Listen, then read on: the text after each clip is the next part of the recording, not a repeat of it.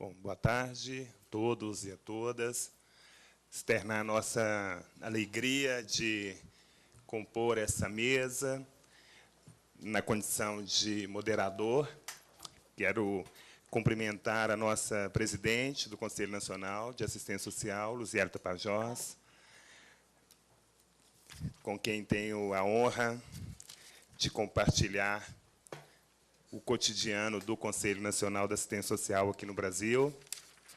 Nosso companheiro Arnaldo Brito, da Confederação Nacional dos Trabalhadores da Agricultura, Marília Leão, conselheira do CONSEA, do Conselho Nacional de Segurança Alimentar e Nutricional.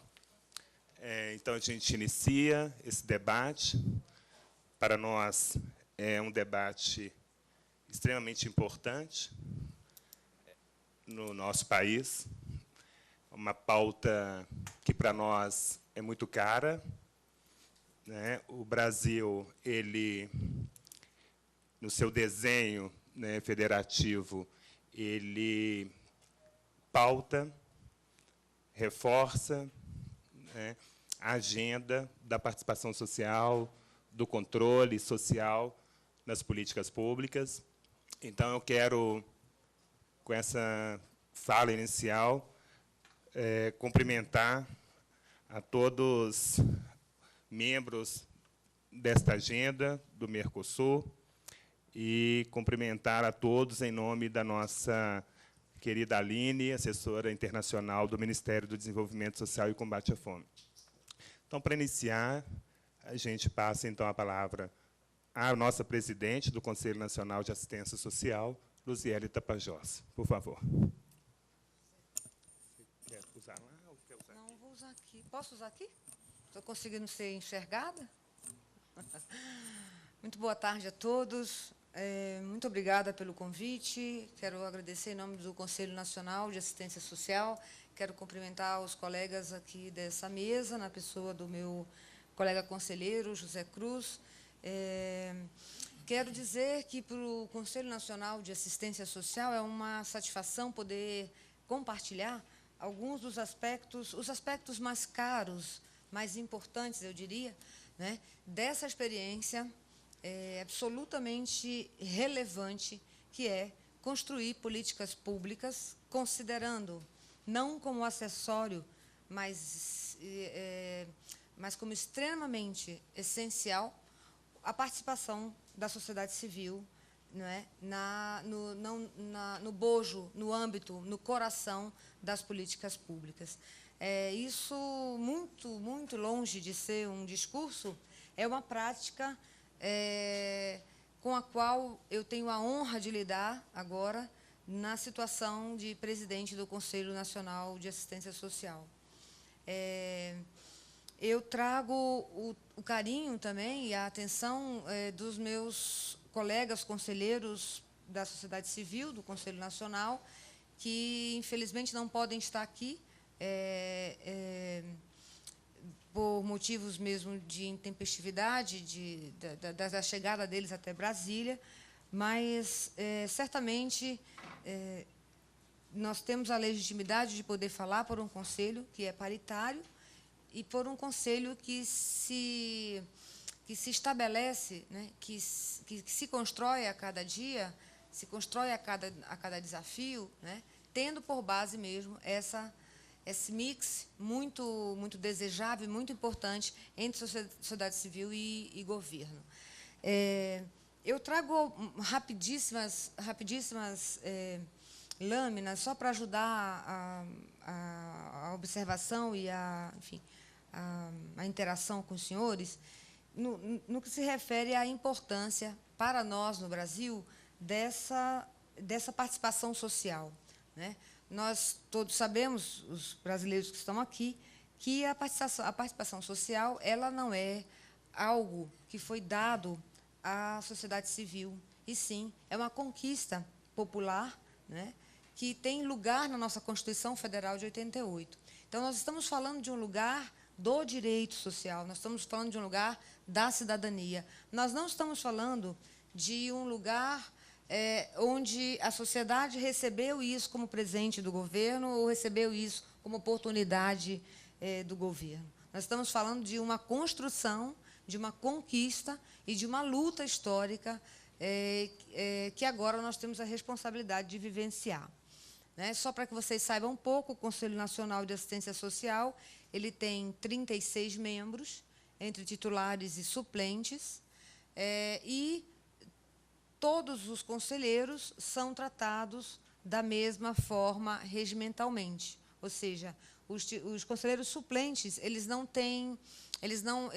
são aqueles conselheiros que estão no conselho apenas se o titular não vai.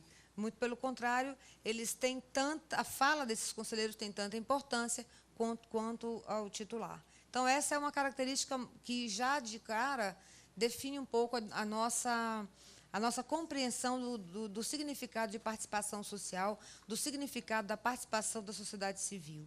E hoje, também, no governo, acho que Marília tem conhecimento disso, e o colega Antônio também, nós temos, ligado à Secretaria-Geral da Presidência da República, uma Secretaria Nacional de Articulação Social, que congrega todo o esforço feito nos 43 conselhos nacionais que existem hoje no Brasil, né, em torno do que se convenciona chamar de participação social. Então, fazendo um pouco a alusão ao que eu falava no início, nós não estamos falando de algo acessório, nós não estamos falando de algo que se pode escolher, né? Nós estamos falando de uma participação sem a qual não existe deliberação na política pública.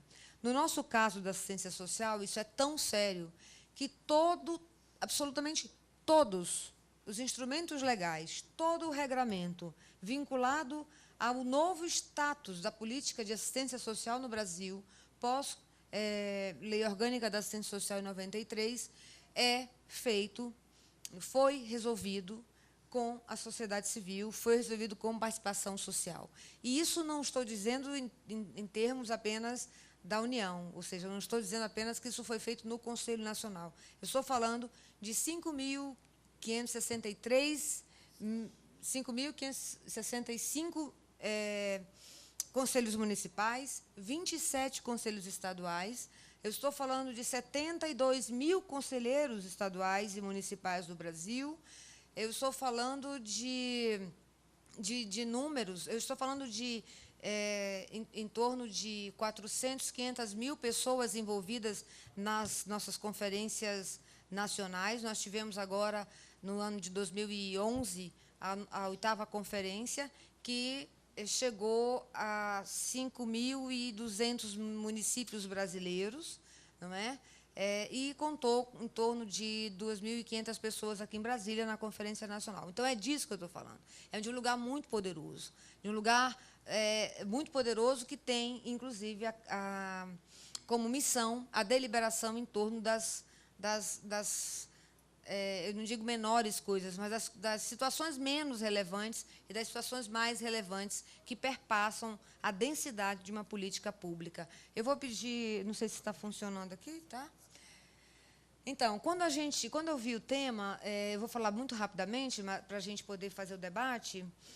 Quando a gente verificou o tema, participação da sociedade civil, e pensando aí no nosso território latino-americano, sul-americano, a gente pensa efetivamente no controle social, né? Como eu dizia antes, eu faço questão de enfatizar, não existe política social hoje no Brasil. É muito ínfima o número de políticas que não possuem controle social sem a participação social, sem a participação da sociedade civil, né? E essa sociedade civil ela precisa ser bem qualificada, não é qualquer sociedade civil. São os segmentos que estão envolvidos e que têm estreita relação com a política social. Então, no nosso caso, da assistência social, a sociedade civil com a qual nós nos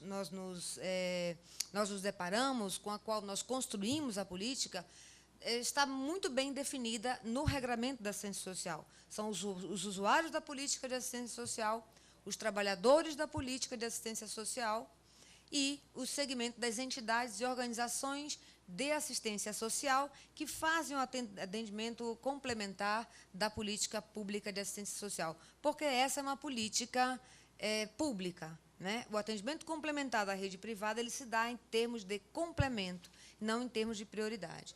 Então, a participação da sociedade civil está associada às lutas históricas da sociedade brasileira no processo de construção da democracia e da justiça social, tendo como viés o respeito à liberdade e os direitos sociais. Volto a afirmar que nada é dado de presente ou de oportunidade ou de possibilidade.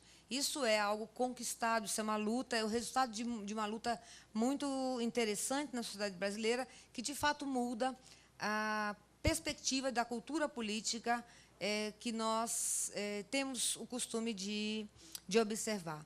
Não é mais chancelado a possibilidade de construir junto. É chamada a possibilidade de construir junto. É necessária a construção coletiva, colegiada. Nessa direção, a participação surge sempre associada à cidadania, organização, representação e gestão pública. E aí eu remeto à Constituição Federal, que é na Constituição Federal que nós encontramos com mais detalhamento essa necessidade. Né? Então, por exemplo, quando se fala da Seguridade Social, onde a assistência social está localizada, essa definição de participação social ela está em quase todos os artigos que regulamentam a Constituição Federal relacionado à Seguridade Social e à assistência social. Então, a participação social, se a gente for pegar a nossa lei orgânica, ela está, não em todos os artigos, né, José, mas em quase todos os artigos. Ou seja, a gente não faz nada, nem fiscalização, sem participação social. A democracia participativa, então, a existência de efetivos mecanismos de controle social, de controle da sociedade civil sobre a administração pública, não se reduzindo ao papel democrático apenas ao voto, mas também estendendo a democracia para a esfera social. O poder político pautado no debate público entre cidadãos livres e em condições iguais de participação. Então, o que a gente está falando aqui é que nós, com a Constituição de 88 e com as leis orgânicas que se seguiram a partir dela, que regulamentam a nossa Constituição, deu-se esse fato novo. Ou seja, nós não participamos apenas com o voto, nós não participamos apenas com a possibilidade de eleger os nossos governantes, mas participamos porque podemos, nos municípios, né, e nos estados, nos fazer escutar, né, fazer com que a realidade efetiva, né, dos territórios, dos usuários, possa constar da agenda, né, estatal, né, que é construída a partir dessa interação. Eu vou seguir um pouquinho mais rápido, porque a gente vai pensando que tem tempo, mas não tem, não é isso? Então, os conselhos que se seguem a essa nova forma, a esse novo desenho, são espaços públicos, e nós gostamos muito de pontuar isso. Espaços públicos, não espaços estatais.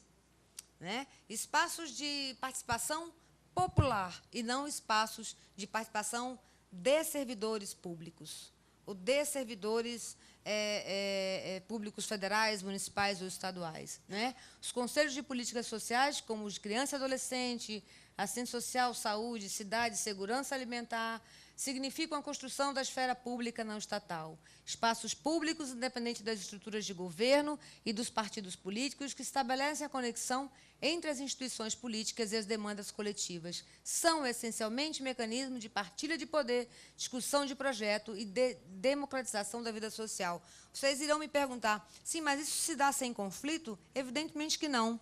Nós vivemos efetivamente, e Marília e Antônio José também podem considerar isso. Nós estamos num espaço de conflito de interesse, nós estamos num espaço de política pública, nós estamos num espaço público, onde as questões são colocadas, onde as diferenças são enfrentadas, onde os desafios de construção coletiva, colegiada, da qual nós não temos costume, são efetivamente arrostados, não é? Vivenciados. Por favor, José. O conselheiro, portanto, é um agente público, e a principal motivação desses conselheiros deve ser a defesa dos interesses da coletividade e, portanto, interesses públicos que visam a distribuição da riqueza produzida no país, o acesso às políticas sociais, a justiça e a equidade social. também aqui poderá caber uma intervenção. E os interesses, né, que muitas vezes marcam a participação social de muitos conselheiros, né? Essa também é um desafio que a gente enfrenta. Evidentemente, como eu disse há pouco, nós não estamos num espaço de colegas ou de amigos, onde todos sabem tudo de todos a todos os momentos. Nós estamos num espaço de disputa, sobretudo, de projetos sociais, de disputa, sobretudo, de projeto de sociedade, né? E é nesse campo de disputa de projeto de sociedade que nós fazemos o melhor dos debates. O debate, o mais democrático debate em torno do interesse da coletividade, que é o que deve estar sempre acima de qualquer outro interesse nos conselhos de política pública. A constituição de espaços e esferas públicas nos 3 níveis de governo tem resultado, sim, no fortalecimento do Estado da sociedade civil, tendo como principal objetivo incluir os interesses dos cidadãos nos processos de decisão política. E esse fortalecimento, muito ao contrário do que se possa pensar, reflete-se no fortalecimento da política pública. Não no enfraquecimento dela, mas no fortalecimento da política pública.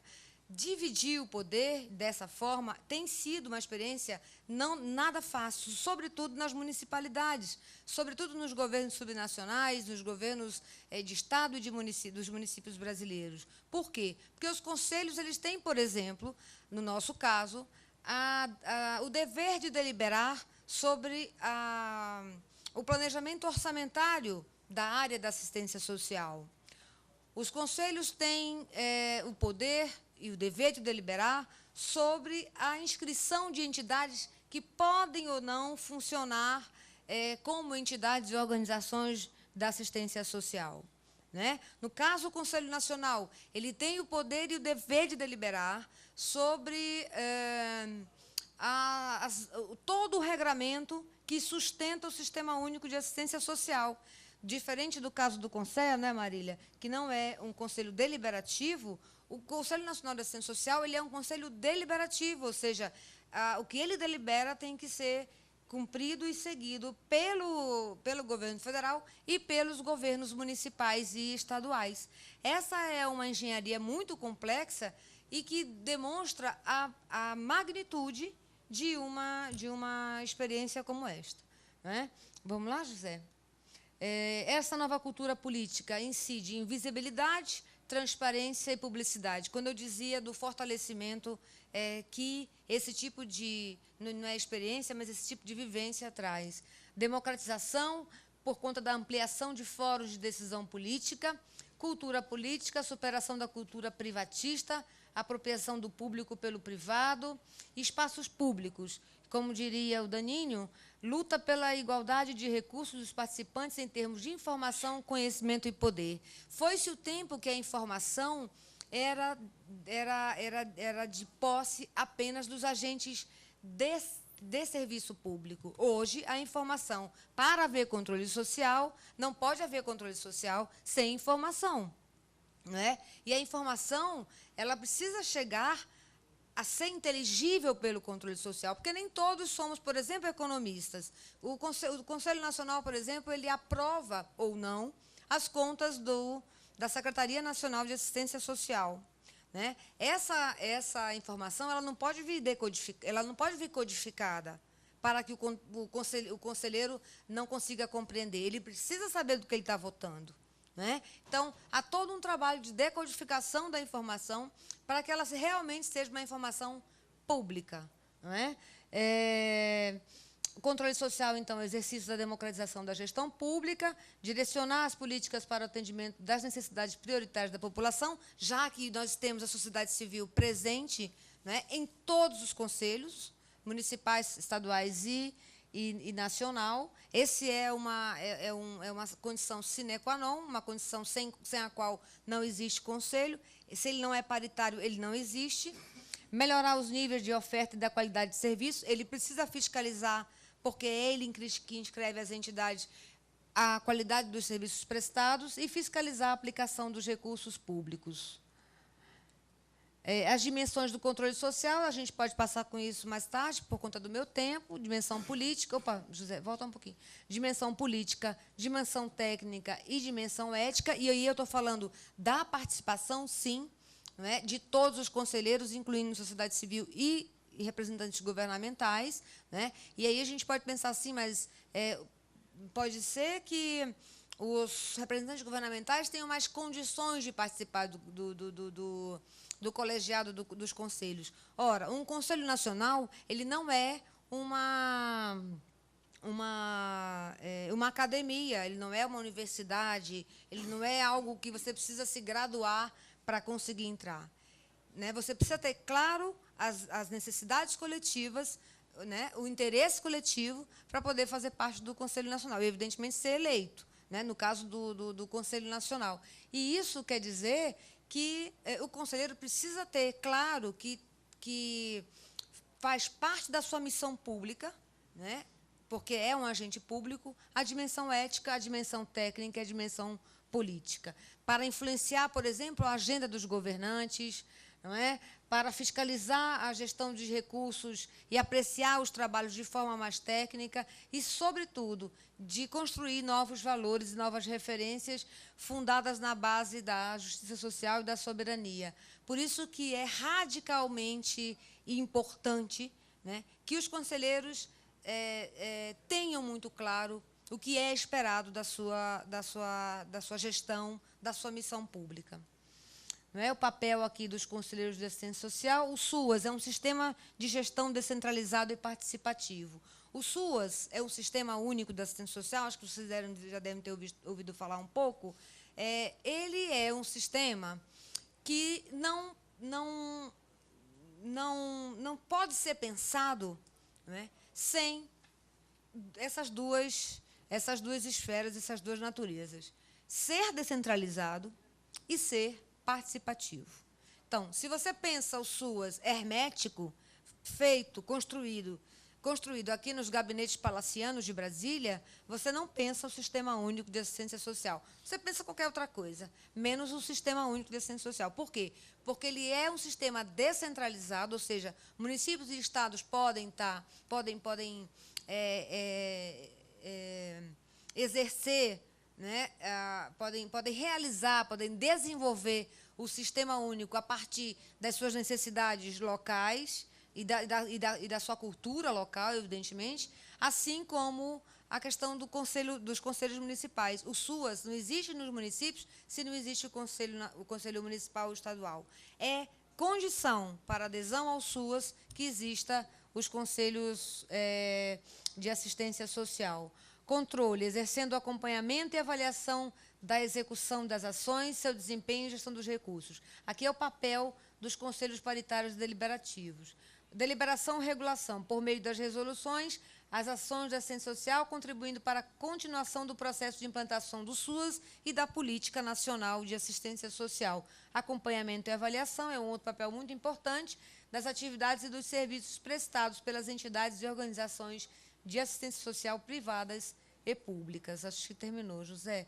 Então, na verdade, eu quero concluir a minha fala justamente recolocando essa questão da participação da sociedade civil numa dimensão da importância do projeto político, né? Essa é a nossa experiência brasileira, é uma experiência que vem sendo enfrentada, lógico, vocês devem escutar isso muito, não é?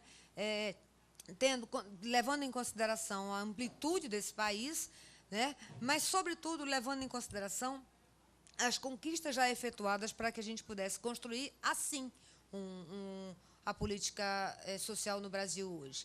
E nós só conseguimos fazer isso pela compreensão, desde 2003, do governo do presidente Lula, que, inclusive, é o presidente honorário do CONSEA, não é, Marília? Quem dera fosse o CNAS, gostaria muito de tê-lo como patrono, né? Até porque foi mesmo a partir da ideia no governo do presidente Lula.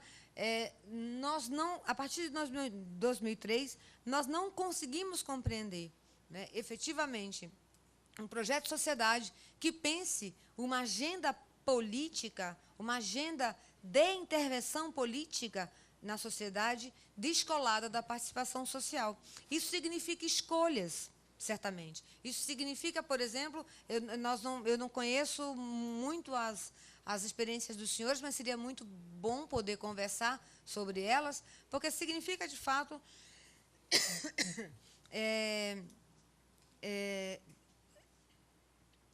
não é conceder, mas é oportunizar, né, a quem de fato usa as políticas públicas, utiliza as políticas públicas, né, investir, intervir nas decisões que de fato tomam termo na vida de cada um dos nossos usuários.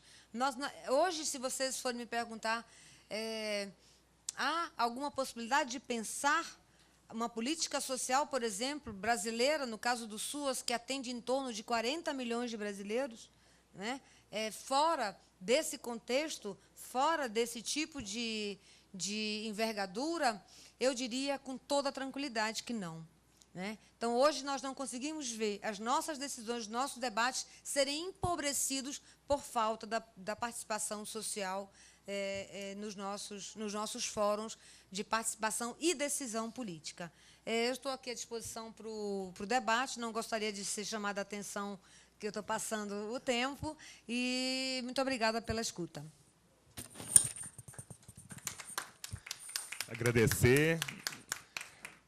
Quero agradecer a nossa presidente do Conselho Nacional de Assistência Social, conselheira presidente Luziele Tapajós, em nome de todos aqui participantes deste seminário.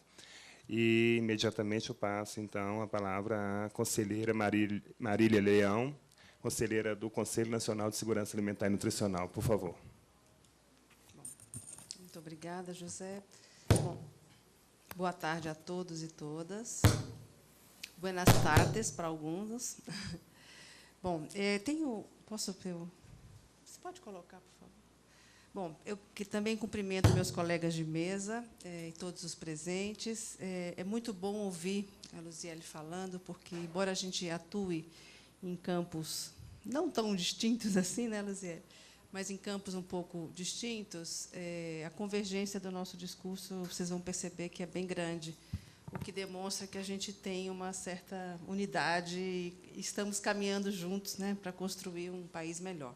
Então, é realmente gratificante ouvir sua apresentação, porque parece que a gente combinou, mas a gente não combinou.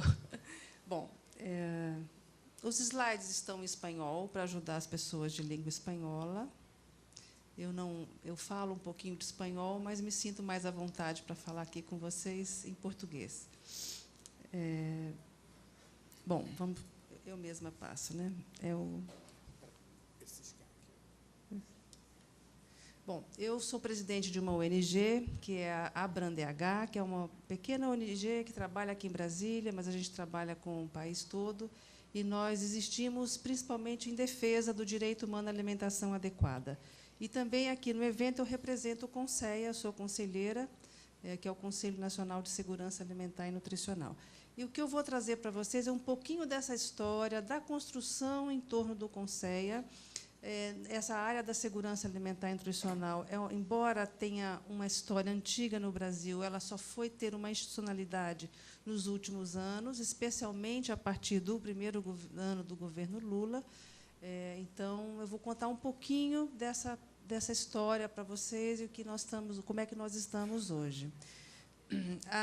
A história do Conselho Nacional de Assistência Social é um pouco mais antiga, a institucionalidade dele é um pouco mais antiga, as suas atribuições também diferem um pouco do CONSEA, mas, na verdade, fazemos parte de um mesmo sistema de participação social que temos no Brasil.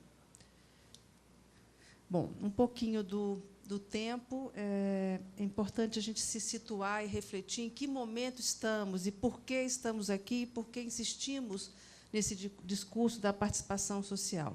O Brasil viveu um período muito difícil, que foi o período da ditadura militar, onde as liberdades individuais, coletivas e muitos dos nossos direitos foram cassados. Então, a partir de 85, quem tem mais de 40 anos sabe bem, e é brasileiro sabe bem o que estou falando, nós começamos a reconstruir, ou melhor, construir a nossa democracia.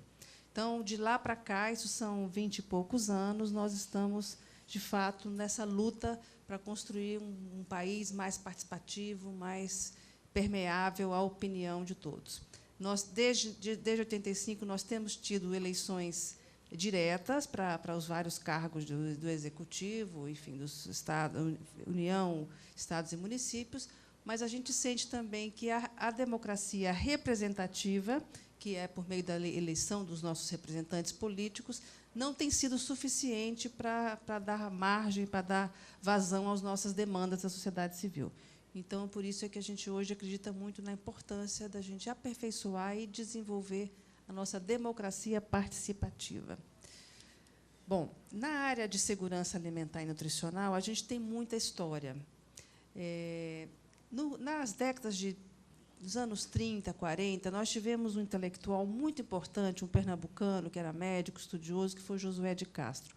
Josué de Castro ele foi um dos primeiros intelectuais no mundo a filosofar, a formular sobre a questão da fome. E os textos dele, quando a gente lê hoje, eu até hoje me emociono, fico arrepiada quando me lembro, os textos são absolutamente universais e atuais. Josué de Castro, principalmente, ele era médico, ele dizia: a fome não é um fenômeno biológico. As pessoas não passam fome, porque existia muito essa ideia no passado. O menino é magrinho, é desnutrido porque é doente. Não, ele não é magrinho ou doente. Ele não é magrinho porque ele é doente. Ele é magrinho porque ele passou fome por períodos muito prolongados. Então, Josué mostrou e filosofou e nos deixou um legado muito importante. E, inclusive, muitas decisões políticas foram tomadas na época de Getúlio Vargas por influência de Josué de Castro, que foi um assessor, se não me engano, até não foi ministro, mas teve um cargo importante no governo Getúlio Vargas. O nosso salário mínimo, que é a legislação que temos ainda hoje, que é um decreto de 1938, que instituiu o salário mínimo no Brasil, ela foi baseada nas falas e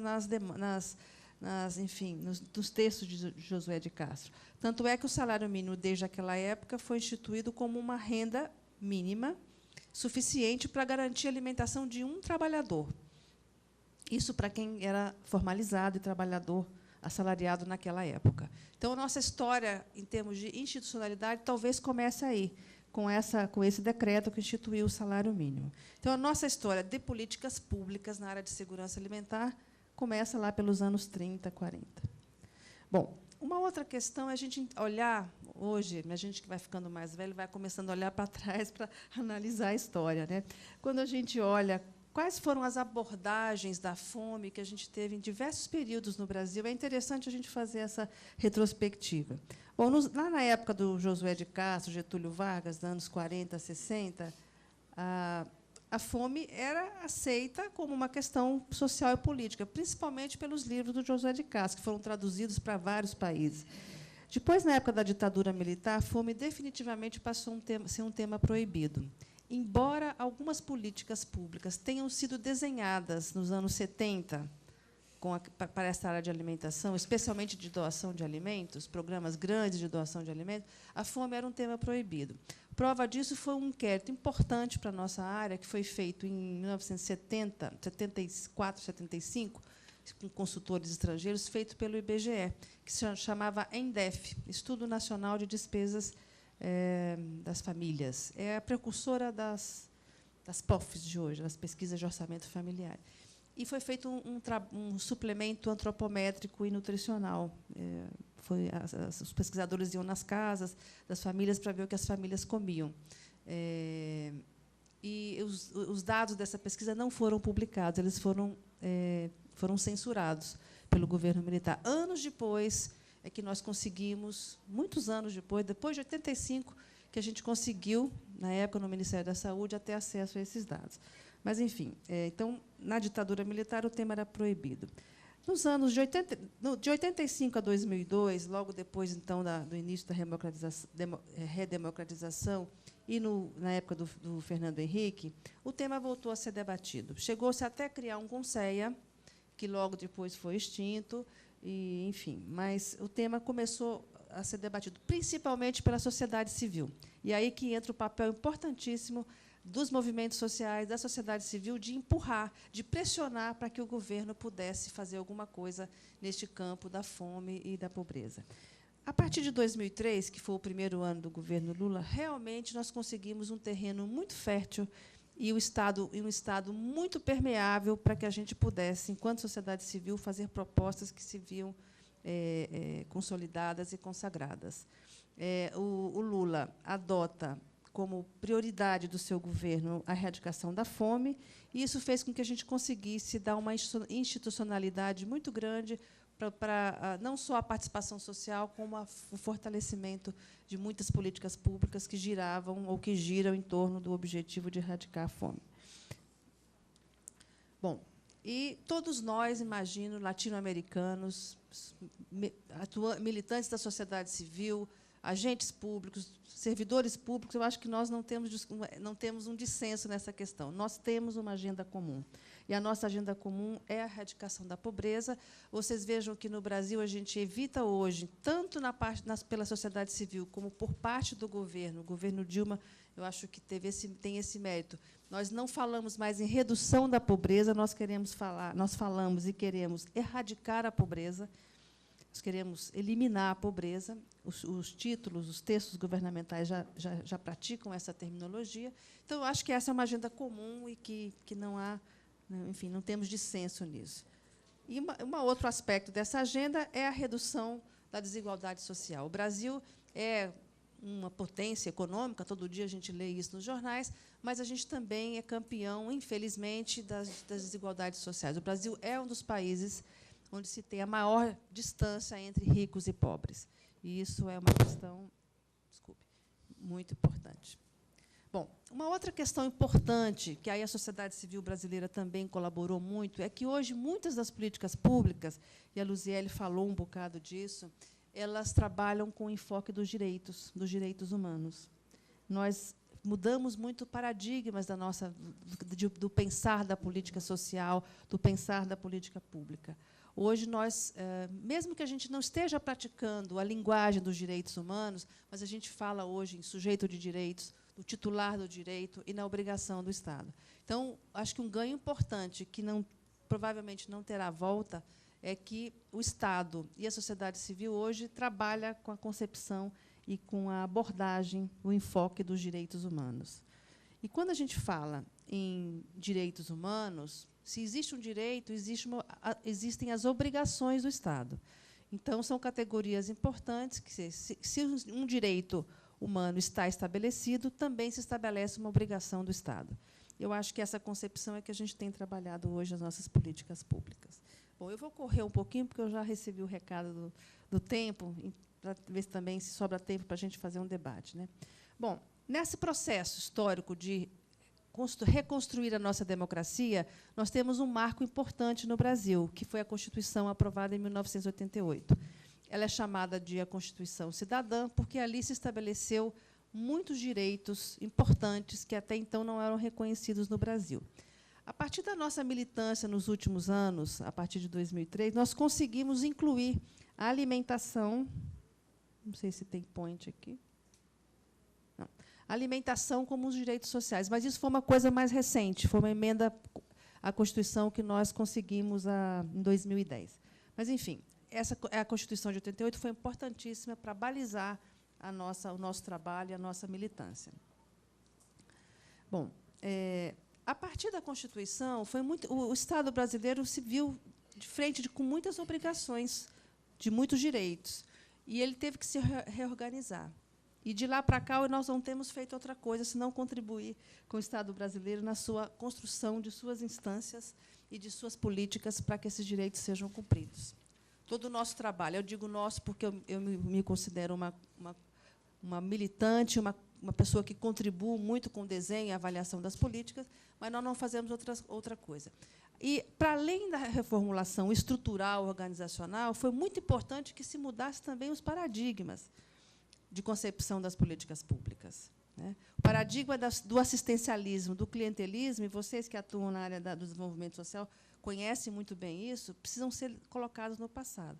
Eu acho que nós já começamos, já colocamos muita coisa no passado, mas ainda, quando a gente entra por esse Brasil afora, semana passada eu estava andando pelo interior de Alagoas, quando a gente anda pelo Brasil de verdade, lá nos povoados, a gente vê que muita coisa ainda tem muita coisa ainda por fazer, né?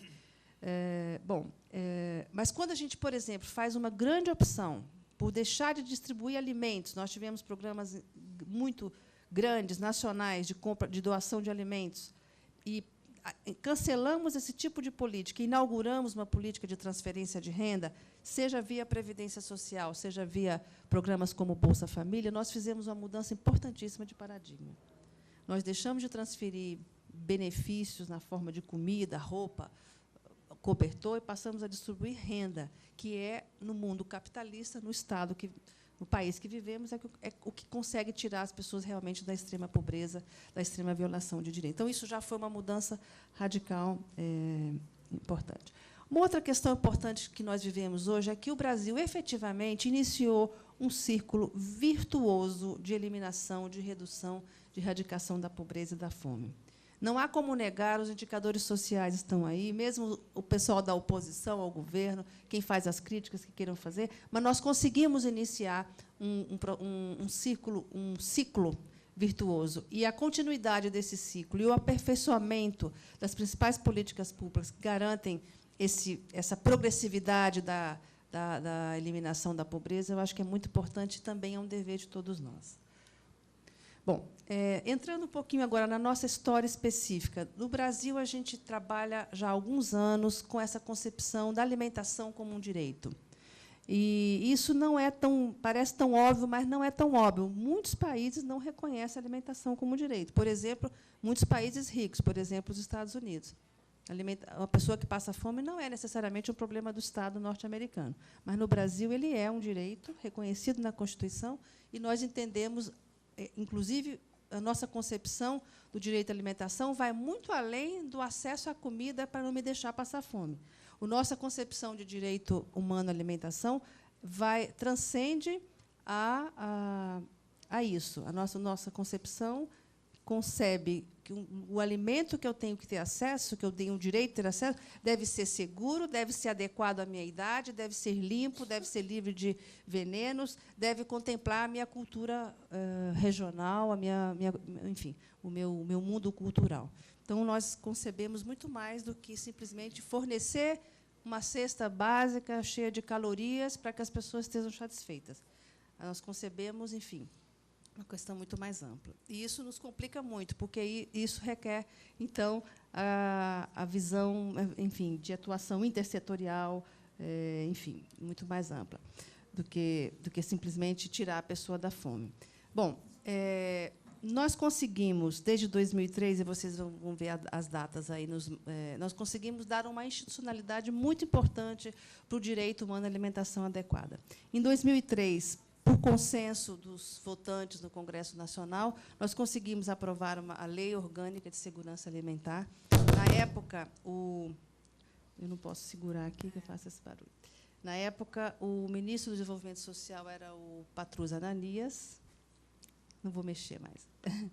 E ele que encaminhou, enquanto ministro, a lei, e, para nossa surpresa, ela foi rapidamente apreciada e aprovada, o que demonstrava que a alimentação, a erradicação da fome realmente é uma agenda comum no Brasil. Eu estou falando da Lausanne, desculpe, foi em 2006. Em 2003, essa lei é a lei que reorganiza a presidência da República. E, nesse momento, por reivindicação da sociedade civil e um pronto atendimento por parte do presidente Lula, foi criado, junto com os principais conselhos da República, o Conselho Nacional de Segurança Alimentar e Nutricional. Então, o Conselho está hoje ele está localizado na Presidência da República e ele é um conselho assessor do presidente ou da presidenta da República. Ele está junto, são vários conselhos que tem na Presidência, eu coloquei só alguns. Ele está junto, por exemplo, com o Conselho de Governo, que reúne todos os ministros de Estado, o Conselho de Desenvolvimento Econômico e Social e o CONSEA e uma série de outros conselhos. Então, isso foi muito importante, porque deixou claro, tanto para o governo quanto para a sociedade, a importância que o tema da segurança alimentar e nutricional, da fome, tinha para o governo naquele momento. E isso abriu muitas portas abriu muitas possibilidades de se ampliar políticas públicas e também a participação social. Pode passar o próximo. Ah, sou eu que passo. Bom, é que eu estou preocupada em passar e em falar rápido. Bom, aí são outros decretos que organizam a Câmara Interministerial. Podemos passar adiante, enfim.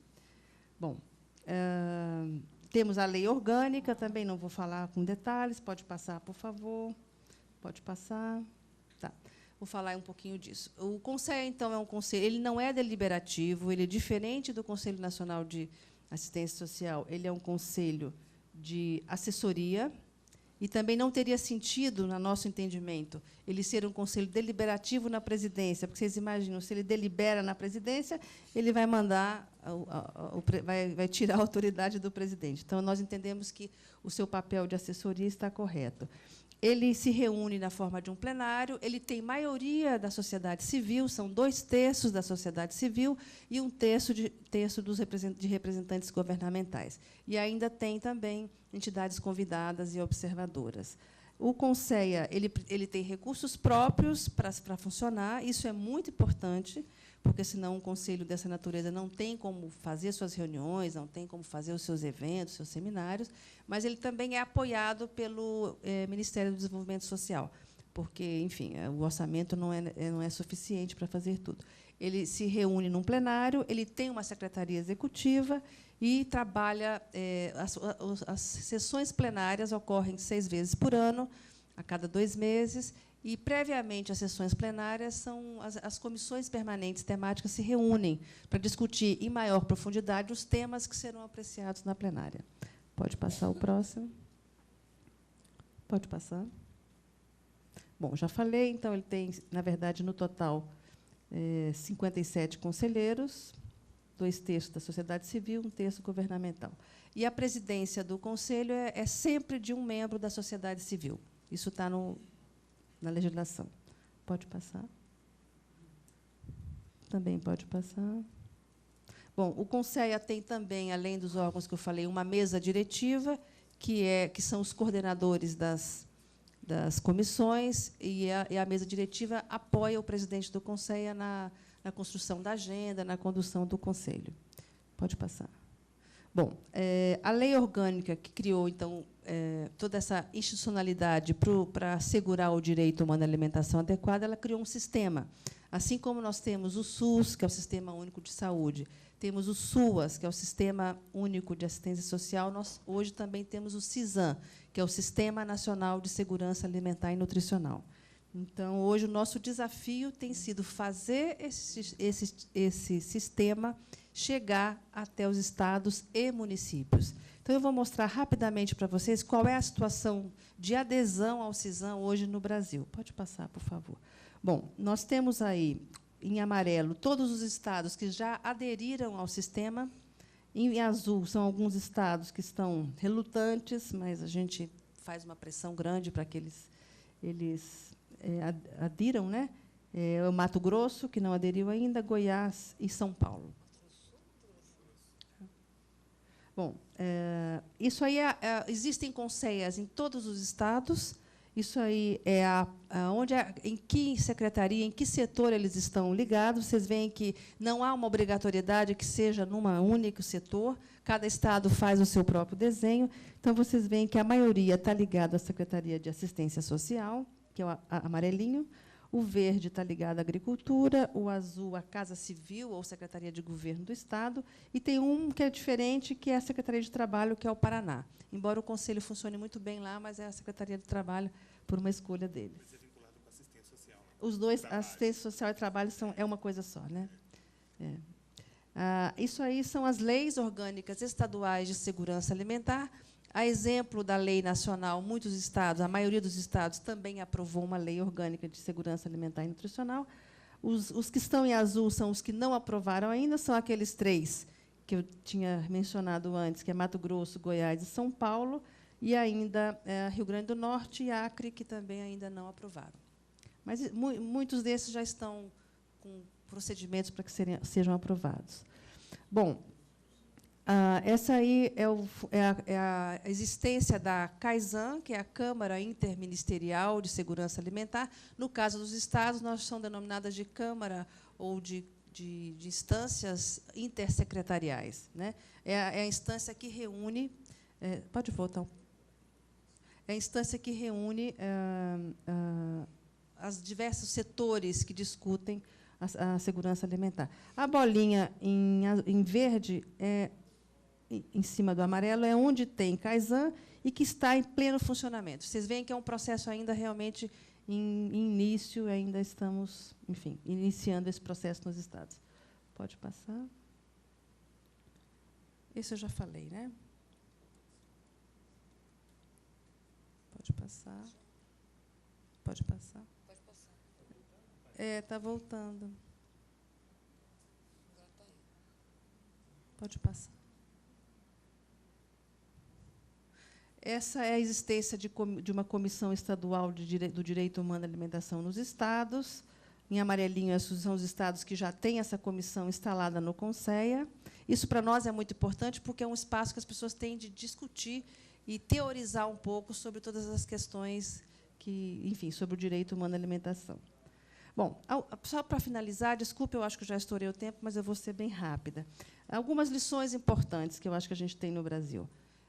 Primeiro, a importância da sociedade civil realmente participar de uma pactuação nacional de conceitos e princípios. Isso, para nós, foi muito importante, toda essa discussão em torno de, enfim, o que é segurança alimentar, o que é direito humano à alimentação, o que é um sistema, que sistema queremos, enfim, toda essa discussão e pactuação coletiva foi muito importante para nós nesse processo.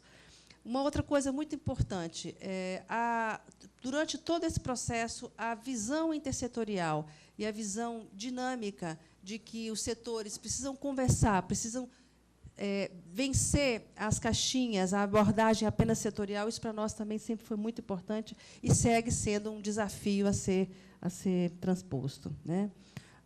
Uma outra coisa muito importante foi a decisão política de escolher a eliminação da fome como uma ação prioritária do governo. Isso foi fundamental para que todo esse processo, todo esse desenho institucional fosse possível, né? Próximo. Bom, também entendemos como muito importante fortalecer os espaços de participação social. No Brasil, a gente tem principalmente desenhado esses espaços na forma de conselhos. Então, assim, a nossa experiência é que o fortalecimento com uma participação ativa, informada, com conselheiros realmente preparados e legitimados e representativos é muito importante. Como Luziele falou, não pode ser... Um conselheiro tem que ter uma representatividade, tem que ter uma legitimidade. E, principalmente, precisa gostar de política. Não da política partidária, mas da política que é a arte de negociar, né? A arte de discutir e negociar, né? Bom. A importância da transparência, da pactuação pública de indicadores, de planos, de metas, e fazer com que esses indicadores realmente sejam de fácil acesso e de fácil compreensão. Tá, pode passar. Pode passar. Bom, então, assim, para concluir, o que a gente percebe é que a nossa agenda comum, quer dizer, a gente só entende que realmente a paz, o bem-estar e a possibilidade de ter uma vida digna, a gente só acredita que realmente precisa de um esforço coletivo e precisa, principalmente, de distribuição de renda e de poder. E aí, quando eu falo de distribuição de poder, eu estou dizendo assim, nós precisamos ajudar a governar o nosso país. E uma forma de ajudar a governar é poder participar, é poder dizer, é poder criticar, é poder monitorar. E os conselhos, a gente entende que tem sido um espaço que consegue encontrar alguma permeabilidade no Estado para que isso possa ser feito. Então, eu agradeço muito a atenção de vocês, a paciência de vocês de me ouvir, e estou aqui também à disposição para o debate. Obrigada. Também agradecer à conselheira Marília Leão, do Conselho Nacional de Segurança Alimentar e Nutricional, e passar imediatamente ao nosso colega, conselheiro Arnaldo Brito, da Confederação Nacional dos Trabalhadores da Agricultura. Por favor, Arnaldo. Boa tarde a todos e todas. É uma satisfação enorme poder estar aqui, em nome da CONTAG, agradecer aos idealizadores do evento, saudar os colegas da mesa, o companheiro José, que está moderando.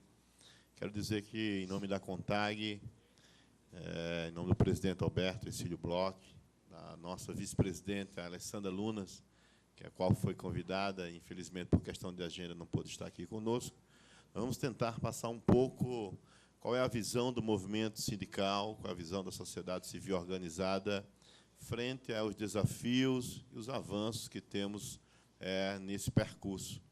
Quero dizer que a nossa apresentação não vai divergir daquilo que as colegas já apresentaram, mas nós vamos dar um enfoque maior ao nosso meio ao qual nós trabalhamos, é o meio rural, ao qual nós estamos ligados diretamente, e queremos dar ênfase às políticas públicas, às ações, à pobreza, que no meio rural, principalmente aqui no Brasil, pelo que vimos ontem na apresentação, nas apresentações dos países, infelizmente hoje pela manhã não podemos estar aqui, mas vamos dar ênfase muito mais ao meio rural e como nós estamos trabalhando essa questão das políticas.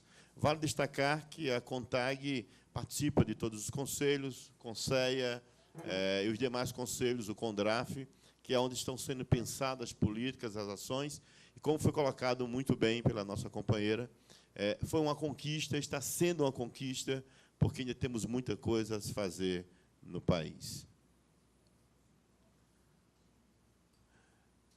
Iniciamos com essa foto dizendo que é a forma que o movimento sindical encontra de se mobilizar, de pautar o governo e de trazer as suas reivindicações do meio rural para as instâncias governamentais. Então, isso foi a realização de um Grito da Terra. Nós temos um Grito da Terra, estamos no 18º Grito da Terra Brasil, realizado anualmente aqui em Brasília, em que estamos trazendo de 5 a 8 mil trabalhadores e trabalhadoras para Brasília e realizamos os Gritos da Terra estaduais. E gostaria de citar a nossa companheira Marília, me permite, ela já falou aqui de José de Castro, quero falar algo que ele diz. O desenvolvimento é a ascensão humana. Só há um tipo verdadeiro de desenvolvimento, o desenvolvimento do ser humano. O ser humano, fator de desenvolvimento, o ser humano, beneficiário do desenvolvimento, é o cérebro do ser humano, a fábrica de desenvolvimento. Então, tiramos uma lição. Se os homens, se as mulheres, se o ser humano não desenvolver, muito em vão será qualquer desenvolvimento que a gente possa falar. Quem somos quanto federação? Somos um movimento sindical de representação, agricultores familiares, assentados em reforma agrária, trabalhadores e trabalhadoras assalariados. Estamos nas 27 federações, inclusive aqui no Distrito Federal, ou seja, estamos em todo o Brasil, com mais de 4 mil sindicatos filiados à CONTAG e aproximadamente 20 milhões de trabalhadores e trabalhadoras filiados à nossa confederação. Filiados à Coprofam, em âmbito regional do Mercosul, ampliado, e ao ITA, em âmbito global. Fazemos parte da Coprofam, a Confederação Internacional de Organização dos Produtores Familiares Camponeses e Indígenas do Mercosul, ampliado, e aí congregam 12 organizações associadas de caráter nacional e regional. E aí as entidades, com certeza, vocês de outros países devem conhecer em cada estado, em cada país, a qual aqui estamos representando.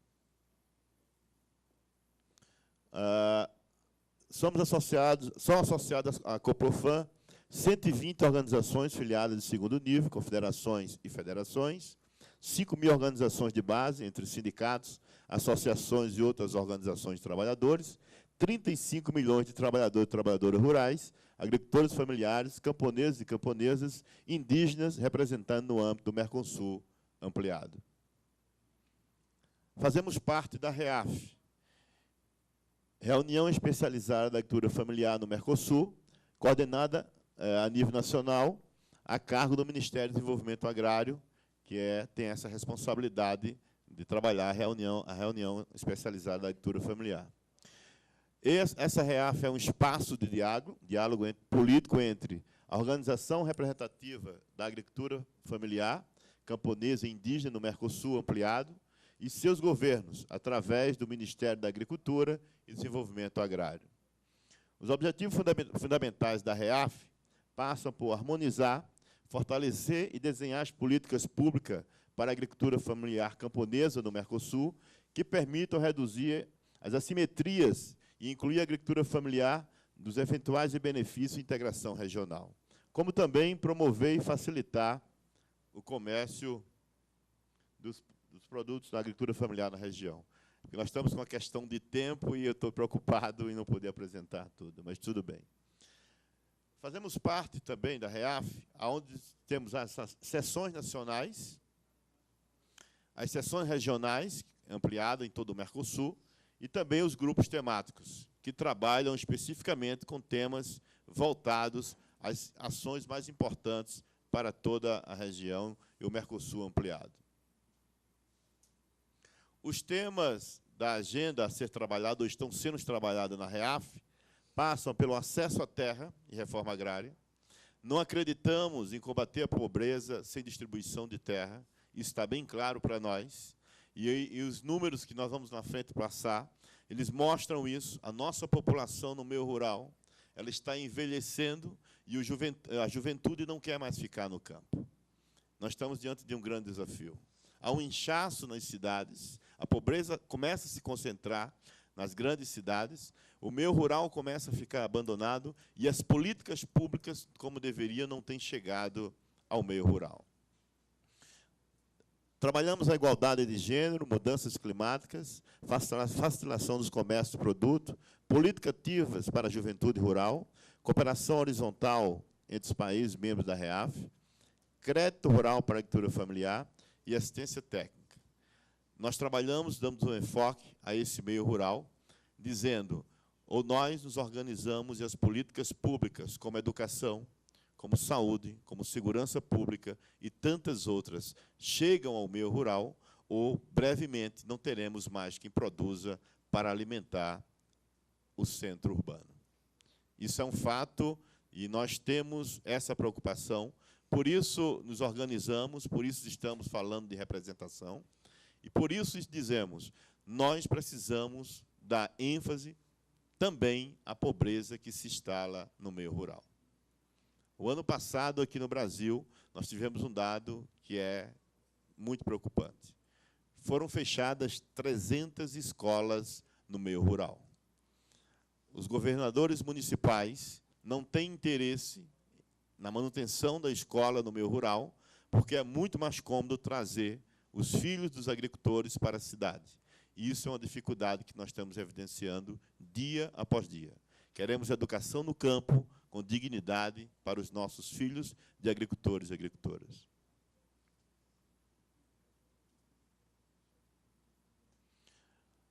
A dimensão e distribuição da população brasileira urbana e rural por região. Percebam, dadas 5 regiões, nós temos um contingente de 84% que estão no meio urbano e apenas 15% no meio rural.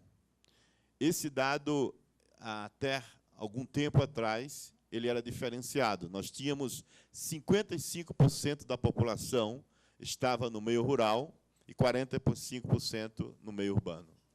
E, infelizmente, o dado é esse. A população está saindo do campo. Consecutivamente, com essa saída, nós temos concentração de terra. Os latifundiários estão, por meio do agronegócio, se apropriando e trazendo a pobreza, trazendo as mazelas para o meio urbano. Nossa população está abandonando o meio rural. E as políticas que precisam chegar têm que ser o mais rápido possível. A distribuição da população rural por região. Percebam novamente que a nossa população no meio rural, principalmente no Nordeste, que está em ênfase aí, em vermelho, ainda chega a 47%. E é onde está a maior concentração de pobreza rural. Nós vimos agora há pouco, dados do IBGE, em 2010, que nós estamos com 16 milhões em extrema pobreza. Desses 16 milhões, 9 estão no Nordeste. Desses 9, 5 milhões estão no meio rural. Algo precisa ser feito. É por isso que nós, do movimento sindical, conjuntamente com o governo, estamos reivindicando melhoria na qualidade de vida para o campo. A população rural, nos últimos 30 anos, conforme tabela acima, apresenta um êxodo muito preocupante. Saída da população para o meio urbano. Por um outro lado, a população rural envelhece. A juventude não tem estímulos para continuar no meio rural. As políticas públicas que existem ainda estão distantes de atender a população no meio rural, aquilo que enfatizamos. As mulheres que têm carga de trabalho 2, 3 vezes mais não têm acesso às políticas públicas e são as mais penalizadas. Assumem como mães, esposas e trabalhadoras rurais, ou seja, têm uma atividade tripla dentro das suas atividades no meio rural. A população e pessoas que em situação de extrema pobreza por região no Brasil. Esse dado nos mostra que no Brasil temos 16 milhões que estão em extrema pobreza. Nós vemos aí que dados mostram que nós precisamos fazer algo urgentemente. Ontem, quando nós enfocamos aqui na fala de vocês que estavam aqui, da Venezuela, do Uruguai, da Argentina, de Suriname, e não vimos o foco para o meio rural, ficamos preocupados, porque aqui no Brasil nós temos que fazer com que as políticas realmente aconteçam. E, frente a isso, a CONTAG apresenta um projeto alternativo de desenvolvimento rural sustentável e solidário. Nós estamos no país em que as disputas de projetos estão em eminência. De um lado, nós estamos com agricultores familiares, focados na produção, sem o veneno, sem o uso agrotóxico, na garantia do meio ambiente, na sustentabilidade ambiental. E, por outro lado, nós temos um agronegócio que degrada, que visa a exportação e que exclui o nosso povo do meio rural. Por isso, a CONTAG apresenta à sociedade, ao governo, um projeto alternativo, que é um processo de construção coletiva, pautado no dinâmico, no vivo. Ele não está acabado, sempre vai estar em construção, mas que precisa ser enfatizado pelo governo. Por isso que, anualmente, apresentamos a proposta, a pauta, a reivindicação das políticas que estão necessárias acontecerem no meio rural e de que forma o governo precisa evidenciar para que elas aconteçam. É bem verdade que já tivemos muitas conquistas, mas ainda temos muito a conquistar.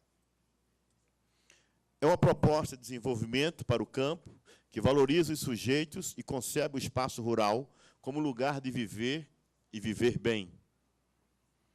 O projeto alternativo questiona a noção de desenvolvimento, aquilo que citamos em José de Castro. O desenvolvimento que considera apenas o crescimento econômico não serve. Ele tem que levar em conta o impacto ambiental e a desigualdade social. E quais as bases para a construção desse projeto alternativo? Estamos claros que a realização de uma ampla e massiva reforma agrária, sem a descentralização da renda e sem a descentralização das terras, nós não podemos continuar produzindo e alimentando a sociedade. A expansão e valorização do fortalecimento da agricultura familiar, pautada na agroecologia, na produção, sem os insumos, sem os fertilizantes, sem os agrotóxicos. Centralidade nas pessoas e no respeito à diversidade e autodeterminação dos povos e comunidades. Igualdade entre mulheres e homens em todas as idades, raças, etnias e credos. Geração de trabalho, emprego e ocupação produtivas dignas, política de proteção social e sociais, políticas ambientais, sustentabilidade econômica, ambiental, social e política. E aqui trazemos algo que nos chama atenção. E são dados de todos os movimentos que fazem parte, hoje, no Brasil, de uma luta principalmente pela distribuição de renda e de terra. Nós temos hoje 4 milhões de famílias sem terra existentes no país. Quantas dessas famílias estão sendo contempladas com o Brasil Sem Miséria? Não dá para distribuir renda se você não tiver como se manter no solo, produzindo, plantando, alimentando a sua família e, principalmente, a sociedade. Se um dos eixos de inclusão produtiva do Brasil Sem Miséria se um dos eixos é a inclusão produtiva, a ação Acesso à Terra não foi prevista. Como é que vão distribuir semente, assistência técnica, se as pessoas não têm terra? Assistência técnica, fomento, semente, insumos e tecnologias visa atender quem já está na terra. Mas quem está fora, como será atendido? São alguns questionamentos e reflexões que eu trago para essa mesa diante daquilo que nós estamos vivenciando. Entende-se que o Bolsa Verde é para quem tem área de preservação, consequentemente tem terra. Mas, uma vez, quem não tem terra está de fora. O público está dentro de um patamar de uma renda de per capita de até $100, que equivale aí a 155 reais.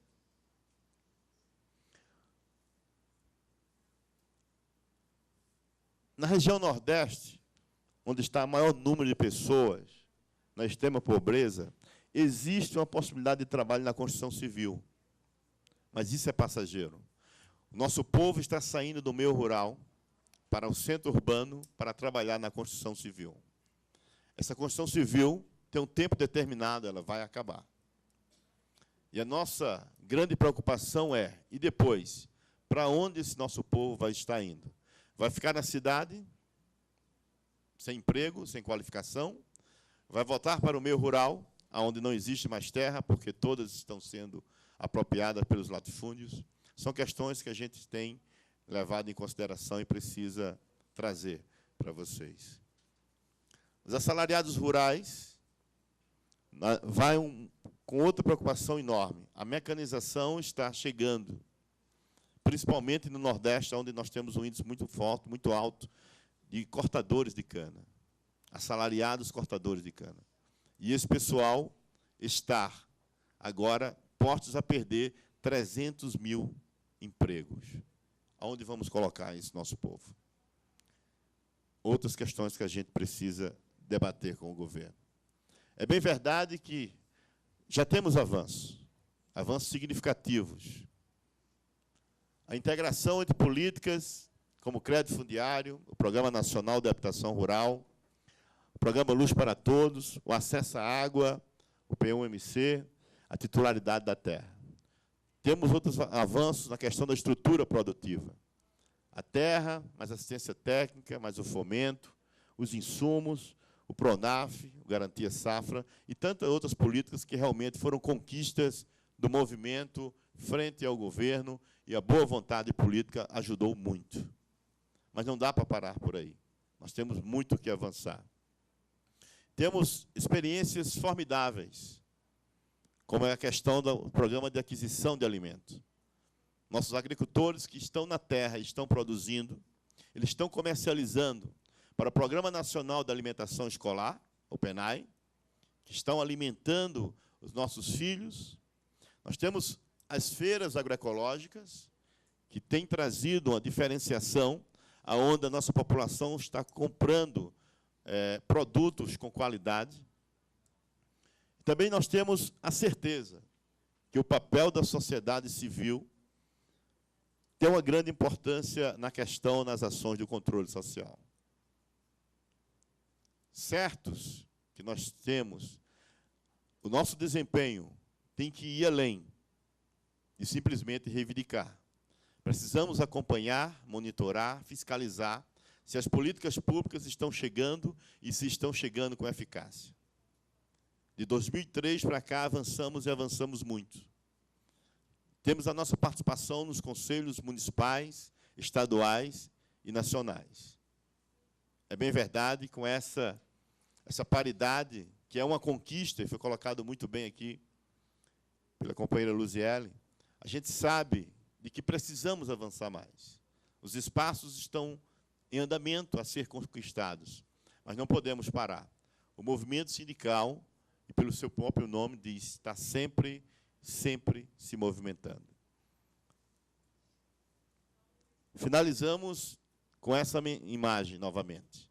Se não colocarmos o nosso povo na rua, se não nos mobilizarmos, se não estivermos organizados, se não estivermos pautando ao governo, seja em qualquer instância, estadual, federal e municipal, as políticas não vão acontecer.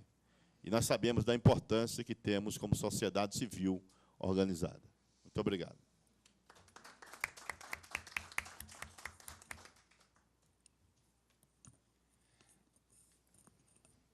Bom, quero mais uma vez agradecer nosso colega, conselheiro Arnaldo Brito, da Confederação Nacional dos Trabalhadores na Agricultura.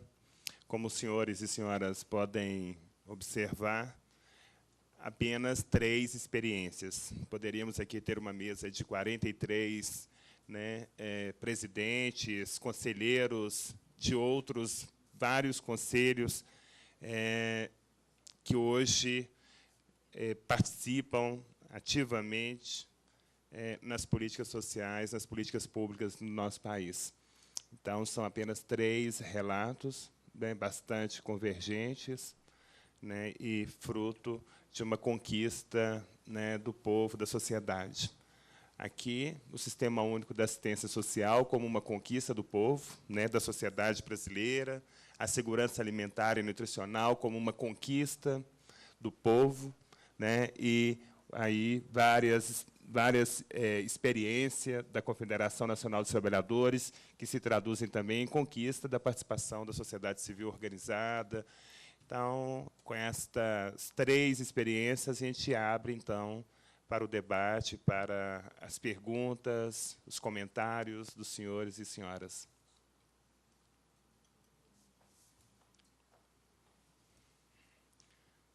Sí, gracias. Me presento porque no nos conocemos. Mi nombre es Claudia Layas, vengo en representación de la República Bolivariana de Venezuela.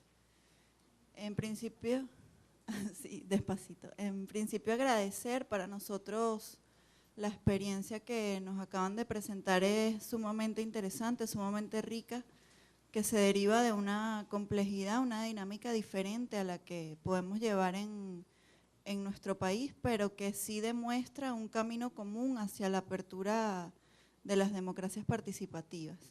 Yo tendría una pregunta que me podrían responder cualquiera de ustedes y un comentario.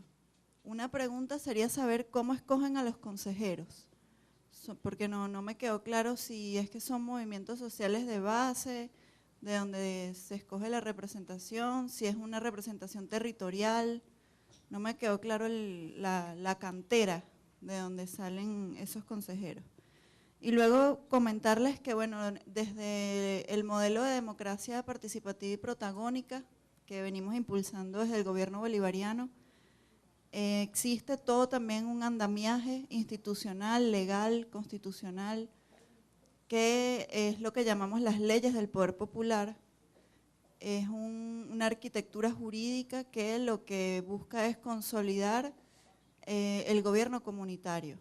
Las leyes del poder popular van desde los consejos comunales, las comunas, la propia ley del poder popular y recientemente sancionamos la ley orgánica para la gestión comunitaria de competencias y servicios a las comunidades. Es decir, a partir de este momento, todas las instancias del gobierno, ya sea nacional, regional o municipal, están obligados a abrir mecanismos para transferir sus competencias al poder popular, de las diferentes formas organizativas en las cuales se pueden organizar de acuerdo a la ley, ya sean empresas de propiedad social, directa o indirecta, ya sea el propio consejo comunal. Hay diferentes figuras jurídicas, pero que lo que busca es transferir esa gestión y administración de servicios y al pueblo organizado para la satisfacción de las necesidades. Es un enfoque en el cual a mí me llamaba la atención la forma como explican la idea del control social como la forma en la cual la sociedad civil brasileña se relaciona con su gobierno. En nuestro caso, la fórmula que hemos encontrado ha sido el de la transferencia, es decir, en este momento a través del mecanismo de la corresponsabilidad en las políticas es la forma en la cual llevamos adelante ese desarrollo democrático. Bueno, de eso se trata. Muchas gracias.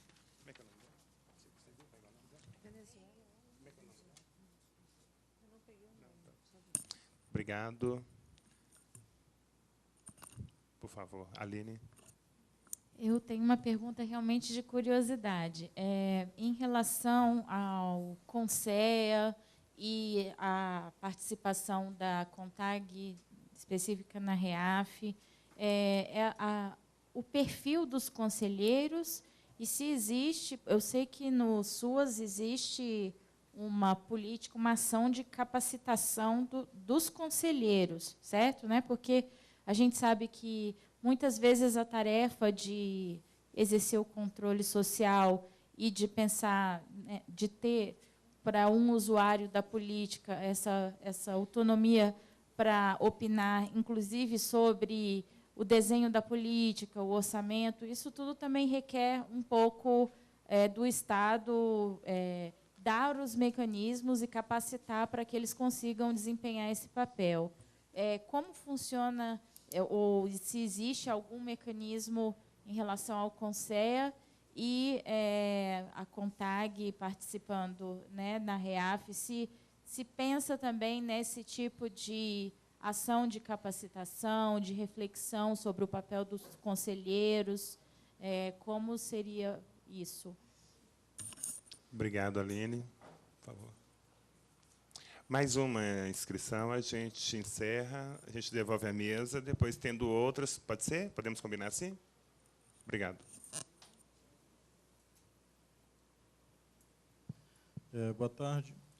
Eu sou Bolívar, do Pego, do IPEA. Eu gostaria de perguntar ao representante da CONTAG o que tem de parecido e o que tem de diferente no processo de reforma agrária brasileiro comparado com os países da América do Sul, particularmente com o Mercosul. Obrigado. Obrigado, Bolívar. Podemos... Tem mais uma? Por favor. Sí, la pregunta también relacionada con los consejeros y las funciones de control. La verdad que la experiencia en la Argentina en las funciones de control no ha sido muy satisfactoria porque se reproducía el control sobre la población más que la contribución a la ejecución de la política pública. Tuvimos varios desvíos, sobre todo en la experiencia de los consejos consultivos locales en la emergencia con el plan Jefes.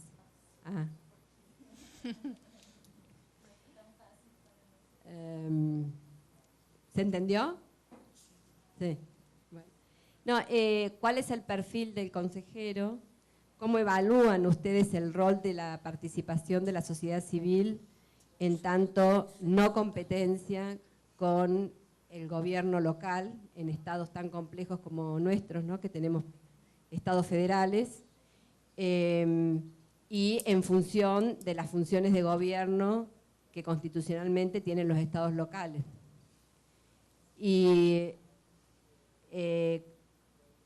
pensando en esto que señala Venezuela de la transferencia, que es un tema que nosotros estamos estudiando como posibilidad de romper este modelo de democracia representativa que, como bien se señalaba allí, no necesariamente representa la demanda social genuina. Bueno, esa era mi pregunta. Então, mais alguém? Não, né? Por enquanto, não, né? Tá, passa, então, o presidente do Conselho Nacional da Assistência Social, Luziele Tapajós.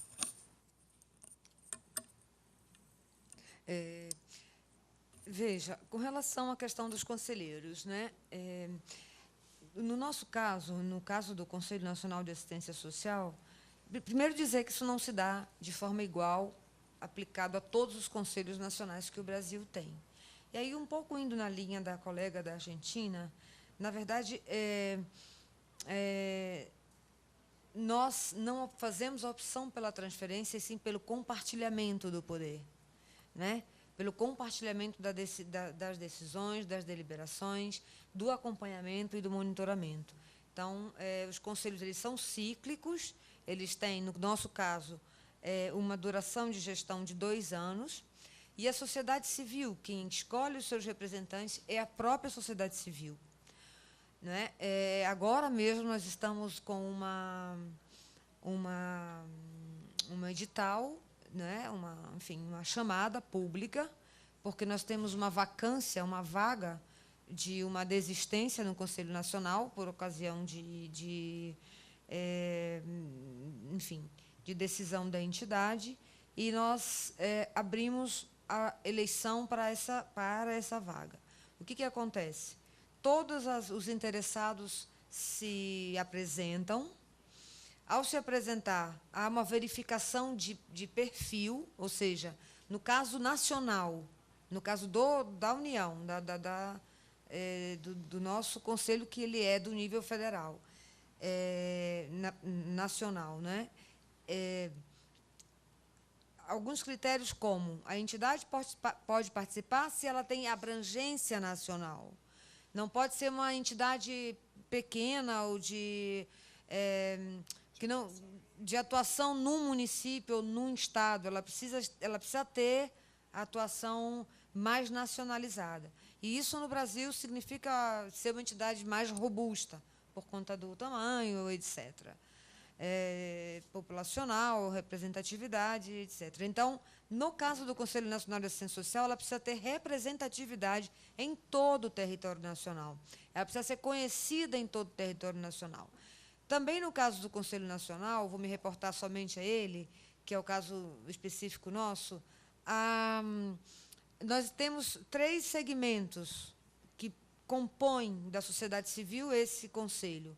É o segmento dos usuários da política, é o segmento dos trabalhadores que interagem tecnicamente na política e o segmento das organizações e entidades de assistência social. Ou seja, e quem decidiu isso foi o próprio conselho, foi a própria sociedade civil. Então, foi uma espécie de organização que se encontrou para que a entidade pudesse participar. Isso acontece no nível estadual e no nível municipal. A entidade, para participar, ela tem, no caso do Conselho Estadual, tem que ter abrangência estadual. No nível municipal, tem que ser reconhecida como legítima no nível municipal. Então, os conselhos eles não executam políticas. Eles deliberam, discutem e trazem para dentro do conselho, sim, a realidade e a demanda da população. Por isso que é muito importante. O processo eleitoral de um conselho é um processo muito, muito, muito desgastante, não é a palavra, mas é muito trabalhoso, muito difícil. Por quê?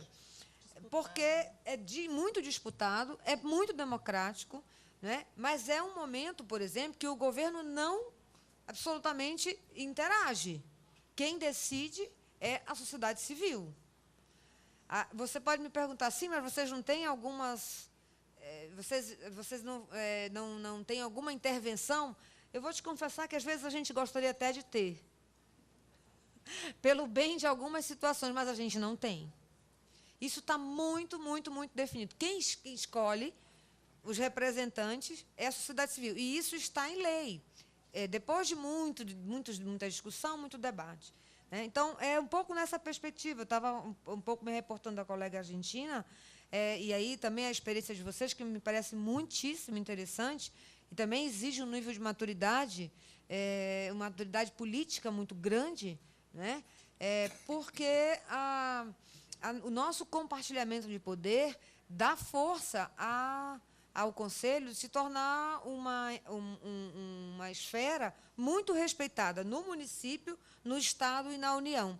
Muitas vezes, os governantes não deixam que isso aconteça como deveria ser.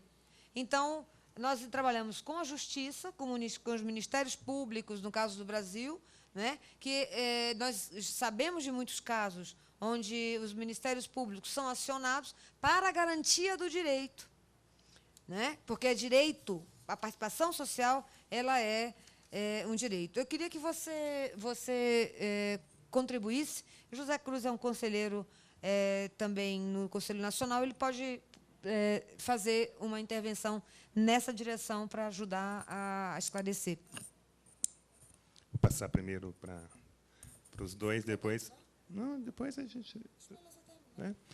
Então, olha só, tem uma outra questão também que é muito importante, né? Que na nossa experiência na assistência social, há uma alternância na presidência, né? Ora é a sociedade civil, ora é o governo na presidência. Então, esta estratégia, esse mecanismo também, ele é bastante importante, né? Eu acho que a tendência é cada vez mais fortalecer, enfim, a participação da sociedade civil. Então,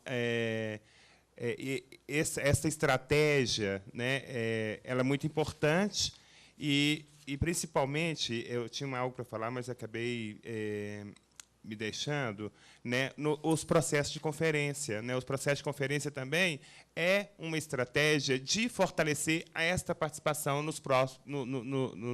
dos conselheiros no Conselhos de Assistência Social, né, aí nos 3 níveis, tanto no âmbito dos municípios, nos estados e na União. Então, essas instâncias também elas potencializam cada vez mais e politizam cada vez mais os integrantes, tanto da sociedade civil como do governo. Acho que era um pouco essa questão que eu achei que era importante a gente dizer, inclusive dessa alternância da sociedade civil e do governo na presidência do Conselho. Então, passo a Marília, por favor. Bom, tentando, então, responder à pergunta da companheira, primeiro, da Venezuela, é importante a gente compreender que nós temos diversos desenhos de conselhos no Brasil. E também é interessante observar que nós trabalhamos muito com a lógica sistêmica. Os vários setores que são responsáveis por ofertar as políticas públicas, eles trabalham na forma de sistema. O sistema de saúde é assim, nós temos o Sistema Único de Saúde, a área da assistência social é assim, agora a área da segurança alimentar, o meio ambiente, Sistema Nacional do Trânsito. Eu imagino que a opção sistêmica se deu no Brasil muito por conta das relações interfederativas, a relação entre o governo federal, estadual e municipal, porque a autonomia federativa no Brasil é uma coisa muito forte.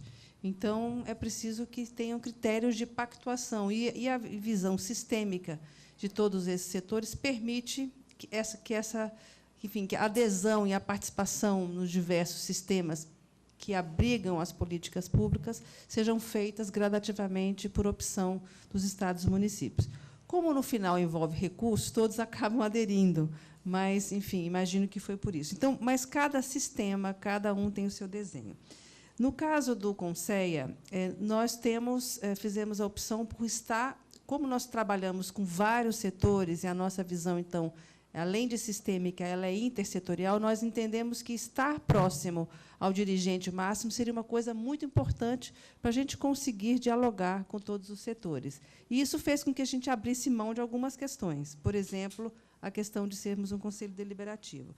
Mas a escolha dos conselheiros, ela, em última instância, os conselheiros do Conselho são nomeados pelo presidente da República ou pela presidenta da República.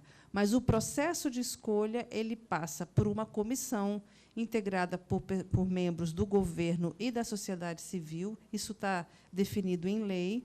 A maioria dessa comissão é da sociedade civil e é feita toda uma busca, como o Luziele colocou também para o Conselho Nacional de Assistência Social, em todo o território nacional, em todas as organizações que representam a maioria de segmentos. Nós não buscamos uma entidade localizada.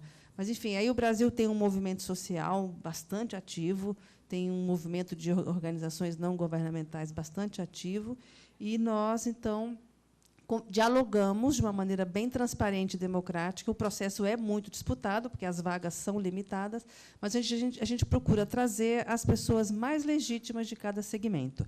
E procuramos, cada vez mais, a cada gestão, a gestão também são de 2 anos, nós procuramos abrir mais e trazer, principalmente, grupos invisibilizados e muito vulnerabilizados socialmente. Por exemplo, comunidades tradicionais, pescadores artesanais, quebradeiras de babaçu, enfim, uma série de segmentos de pescadores, agricultura familiar. A CONTAG está agora é a Carmen, né?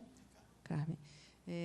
Enfim, então, esse é o processo. Nós preparamos, a comissão prepara uma lista, e essa lista é enviada ao presidente da República, ou à presidenta da República, e ela nomeia, escolhe. Nunca houve uma negação, nenhuma tirada de nome. Nós esperamos que não haja, porque é uma forma do presidente da República reforçar o trabalho da comissão. Mas, em última instância, é o presidente que escolhe. É recomendado pela lista da sociedade civil e governo. E não é territorial, também não é essa a escolha. Bom, já respondendo também à Aline, os conselheiros são muito legitimados, são muito militantes, a sua maioria, os da sociedade civil, né, que eu digo. Eles, em geral, não precisam de capacitação nenhuma, mas há sempre, a cada nova gestão, sim, uma capacitação mais de como funciona, como é que são qual é a legislação que regula. Isso sempre há, no começo, enfim, mas as pessoas, em geral, são muito politizadas, muito preparadas. Há sempre uma reivindicação, e a minha entidade participa muito disso, da discussão sobre direitos humanos, porque todos os segmentos gostam muito da linguagem de direitos humanos, porque ela apodera muito as entidades e as pessoas. Então, a gente geralmente às vezes faz curso à distância. O MDS é um dos patrocinadores desse curso.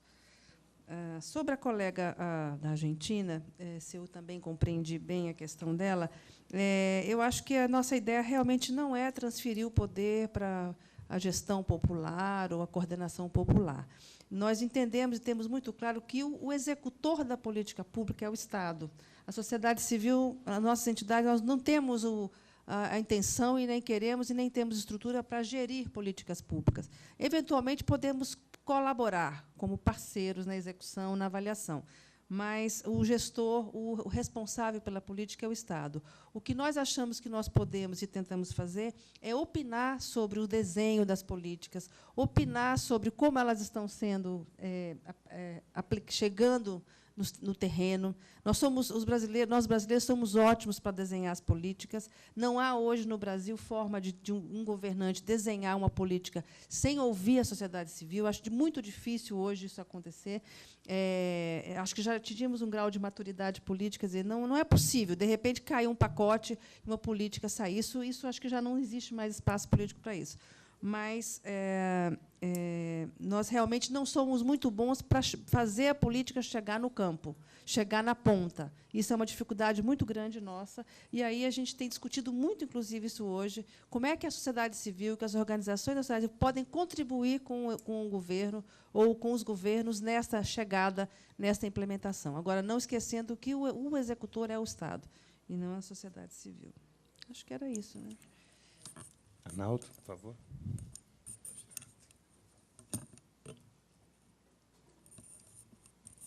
Bom, eu vou dar início à companheira da Venezuela, que nos questiona como é que se dá a relação entre sociedade civil e governo.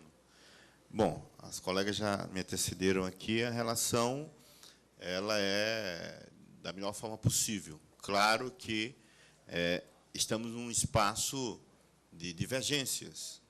Não somos obrigados a concordar com tudo, como também o governo não é obrigado a concordar com tudo. Então, estamos num processo de construção, geralmente buscando a melhoria. Claro que tem momentos que não dá, tem momentos que a gente tem que parar, tem que refletir melhor, isso tanto por parte do governo como por parte da sociedade civil organizada. E isso, nesses espaços, é muito comum. É muito comum a gente estar entrando em alguns conflitos, né? E isso faz parte, mas é um processo que a gente faz questão de que continue sendo assim. E aí já emendo com algum questionamento que foi colocado entre a divisão de papéis. Nós temos a clareza que a sociedade civil ela tem o papel de pautar o governo, de reivindicar, de monitorar, de fiscalizar, mas quando fala em execução das políticas públicas, nós temos a clareza que não deve ser muito o papel da sociedade civil. Uma forma é contribuir na ação, estar ali junto, mas quando a gente se dispõe a estar executando, a gente perde um pouco o perfil da sociedade civil, isso tem bem claro para nós. Com respeito à questão do perfil dos conselheiros, como é que se dá e como é que é feita essa escolha? Primeiro, nós temos a clareza que o conselheiro que está lá, ele precisa ter evidente qual é o seu papel.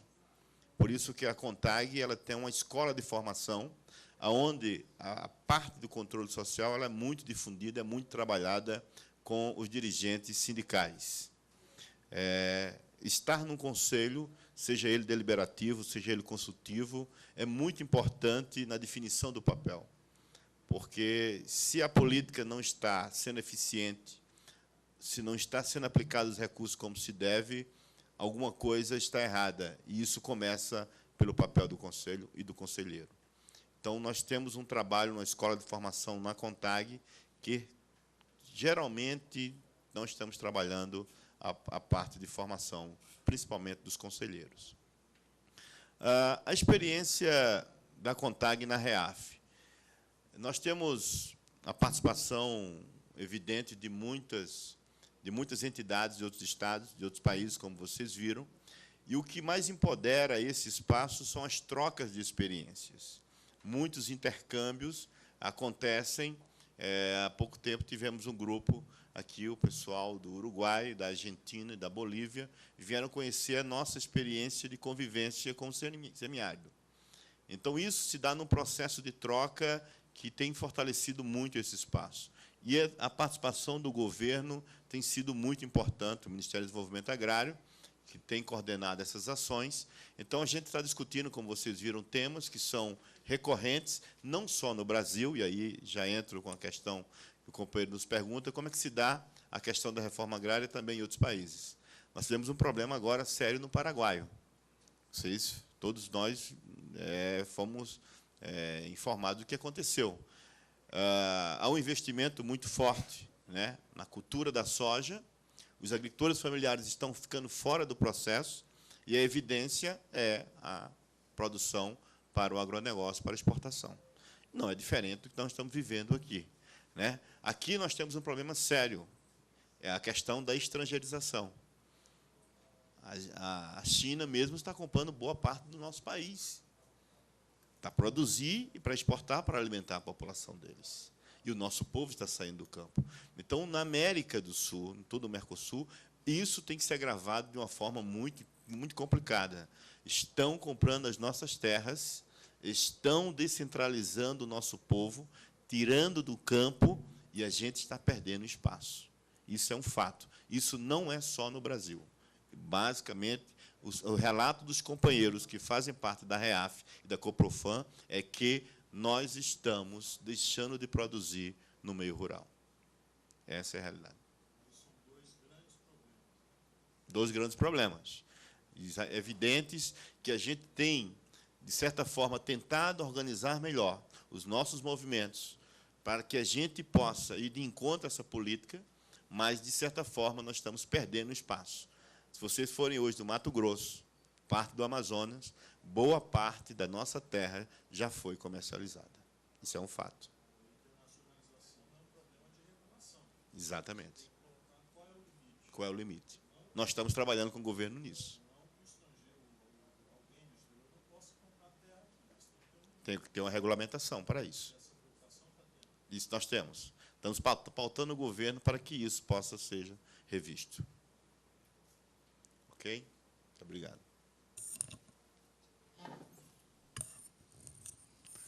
Mais alguma inscrição?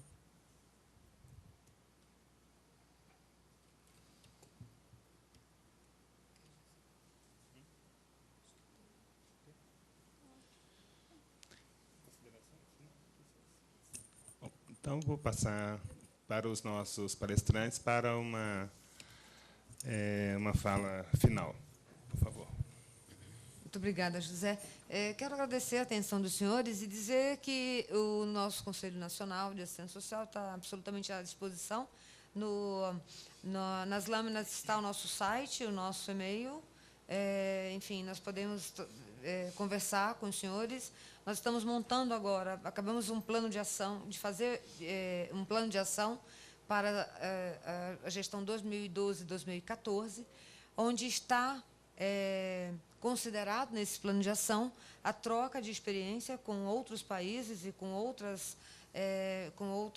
inclusive não só da América do Sul, não só no Mercosul, na perspectiva de ampliar os nossos instrumentos de controle social. Muitas vezes, quando a gente fala o nome controle social, o controle ele tem um peso quase pejorativo, a palavra controle, né? Assim, a coisa de parecer que é o controle é sobre as pessoas. E, na verdade, o que a gente tem se acostumado a vivenciar e a construir no Brasil é um controle social para e sobre a atuação do Estado na perspectiva das necessidades coletivas, na perspectiva das demandas coletivas e também desse compartilhamento de poder que nós falávamos. Então, nós estamos absolutamente abertos, né, a trocar. Nós falamos muito pouco, nós não falamos absolutamente nada, assim como a Marília e o Arnaldo, com certeza, de tudo aquilo que acontece dentro de uma esfera pública e de como é apaixonante ver que nós podemos, de fato, fazer um Brasil melhor a partir dessa prática tão democrática e tão trabalhosa, portanto, muito, muito justa, com todas as necessidades e com todos os desejos de país que nós temos. Muito obrigada. Obrigado, Vielle. Conselheira Marília Leão, por favor. Bom, também muito obrigada por ter sido convidada e poder participar com vocês aqui. A BRANDEH e a Oxfam, nós estamos escrevendo um documento sobre essa experiência no Brasil, inclusive contando como que o CONSEA funciona, como se dá essa participação social. Essa publicação deve ficar pronta agora no final de outubro, inclusive em língua espanhola, português, inglês e espanhol. Então, eu posso me comprometer a enviar para, acho que posso enviar para a Aline, estou olhando ali para ela, para que possa fazer chegar até vocês essa publicação, porque eu acho que pode interessar, enfim, contando um pouco dessa nossa experiência, dessa nossa história. E, por fim, dizer que esse é um processo longo. Nós não temos, sabemos que às vezes a gente, na política, né, às vezes a gente ganha, às vezes a gente perde. Os conselhos, a gente tem também visto, não são espaços de grandes conflitos, ele não substitui, em absoluto, os movimentos sociais. A gente não acha que se esgota, porque um segmento está ali representado, isso se esgota na mobilização social. Até porque a gente acha que, se houver muitos conflitos, se extrapolar os limites, talvez, da civilidade, esses conselhos acabam não tendo muito espaço, muito próximo aos dirigentes e ao poder político. Então, a gente costuma dizer que a gente tenta praticar o máximo possível a democracia internamente e buscar o máximo possível do consenso, mas admitimos, obviamente, o dissenso. E a pressão, a luta, o grito da terra, a gente faz no movimento social, porque nós temos clareza de não podemos quebrar as pontes, inviabilizar o diálogo social. Então, eu, pelo menos, tenho sempre essa posição. Isso não significa que, se eu discordar de uma decisão do governo, eu não vou ter espaço de voz e até de voto para discordar. Eu faço isso e faço sempre. Mas o que eu quero dizer é que a gente tem concebido os espaços de conselho como um espaço realmente de diálogo, principalmente do diálogo social. E é um processo que a gente vai amadurecendo e vai construindo. E, como eu disse, hoje no Brasil eu acho muito difícil, especialmente na área social ou na área da seguridade social, um ministério, um setor, conceber uma política nova sem fazer um diálogo com a sociedade civil.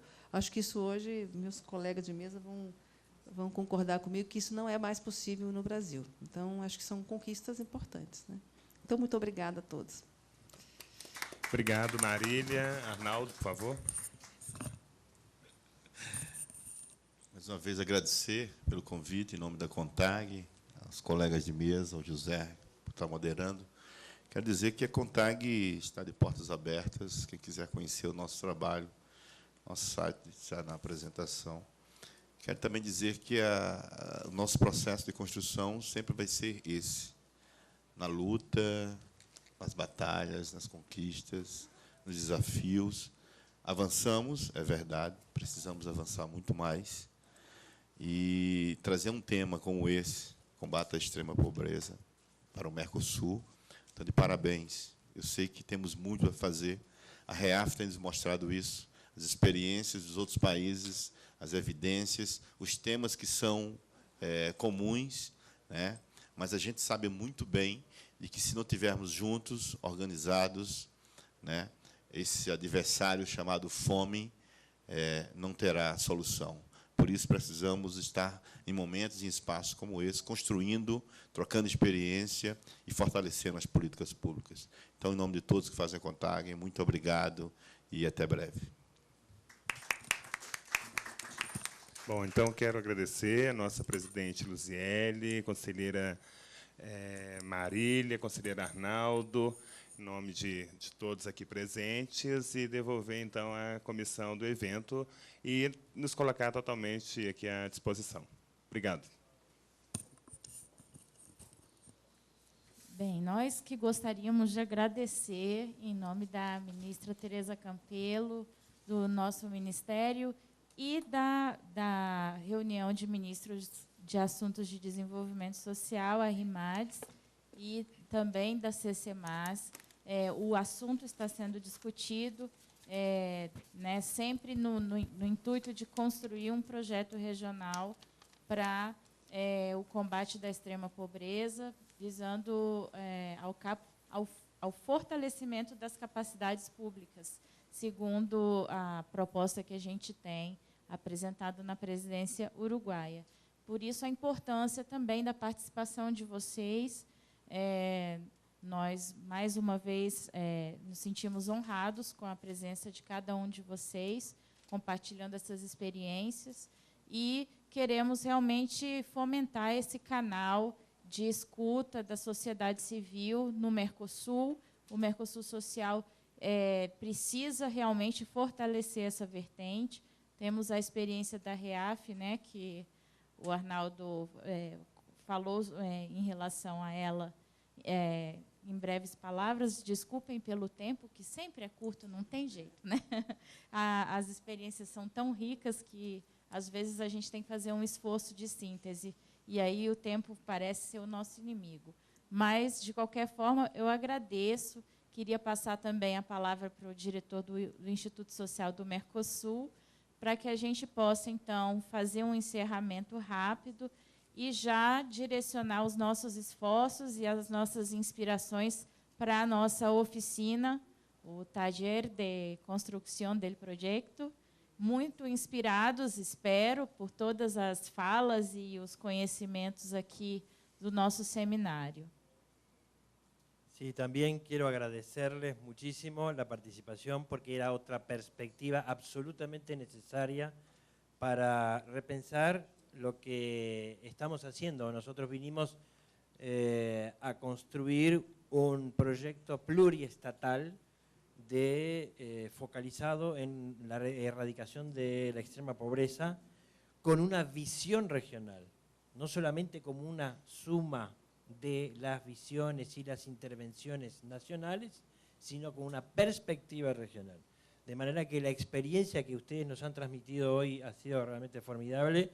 Yo le voy a dar mis datos porque además tengo intereses académicos particulares en una investigación que estoy haciendo para Claxo, así que ya los voy a comprometer. Pero realmente también no solamente agradecerles, sino quedar con el compromiso de un vínculo permanente a través del MDS, a través de las autoridades y de aquellos actores institucionales en Brasil, para poder en algunas otras instancias, en otros formatos, seguir colaborando en esta construcción de un proyecto pluriestatal que va a tomar su tiempo, que habrá que madurar, pero que será indispensable. No puede pensarse un proyecto pluriestatal sin la participación de la sociedad civil, de las organizaciones de la sociedad civil. Así que, nada, muchísimas gracias. si vamos cerrando, también quiero agradecer la participación de todos y cada uno de ustedes, agradecer también la hospitalidad de todo el equipo del MDS, liderado por Aline, y de gente que está ahí atrás en las cabinas. Un aplauso para ellos porque mucha paciencia tuvieron.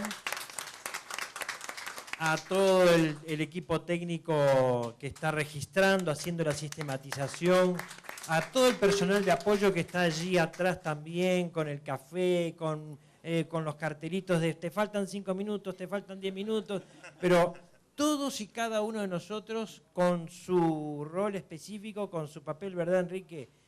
Todos estamos haciendo esto de una manera, yo diría, no solamente convencidos de lo que hacemos, sino también con alegría, porque acá no venimos a sufrir, a llorar, a tirarnos al piso, sino decir, bueno, con alegría también construimos políticas de integración regional.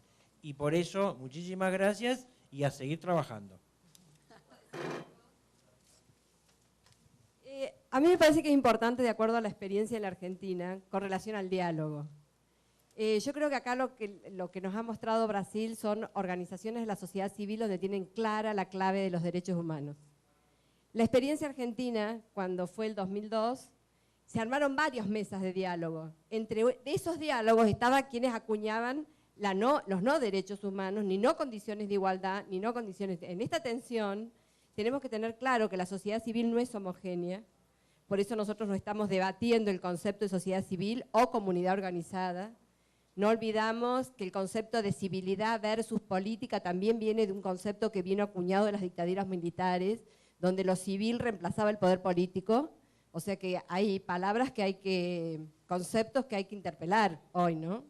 Simplemente plantear esta inquietud porque lo que mostró la mesa es una clara conciencia de los derechos humanos, que a nosotros con la Mesa del Diálogo Argentino, que se sentó con los empresarios en el ámbito de la iglesia, no fue igual que el Frente de Lucha por la Pobreza, y ahí perdimos una batalla. Entonces, no todos los diálogos son iguales, no se acuña en el diálogo solamente el interés del bien común en clave de derechos humanos, sino que a veces los diálogos son hechos para el traje a medida de quienes no quieren la redistribución. Esa alerta nomás. Gracias, María Elena, gracias, Aline, y gracias a todos. Gracias a todos. Invitamos al café y cerramos hoy el día de trabajo, que todos parecen un poquito cansados, que descansen y que tengan un buen final de día con la lluvia, que para nosotros es algo sagrado en este tiempo.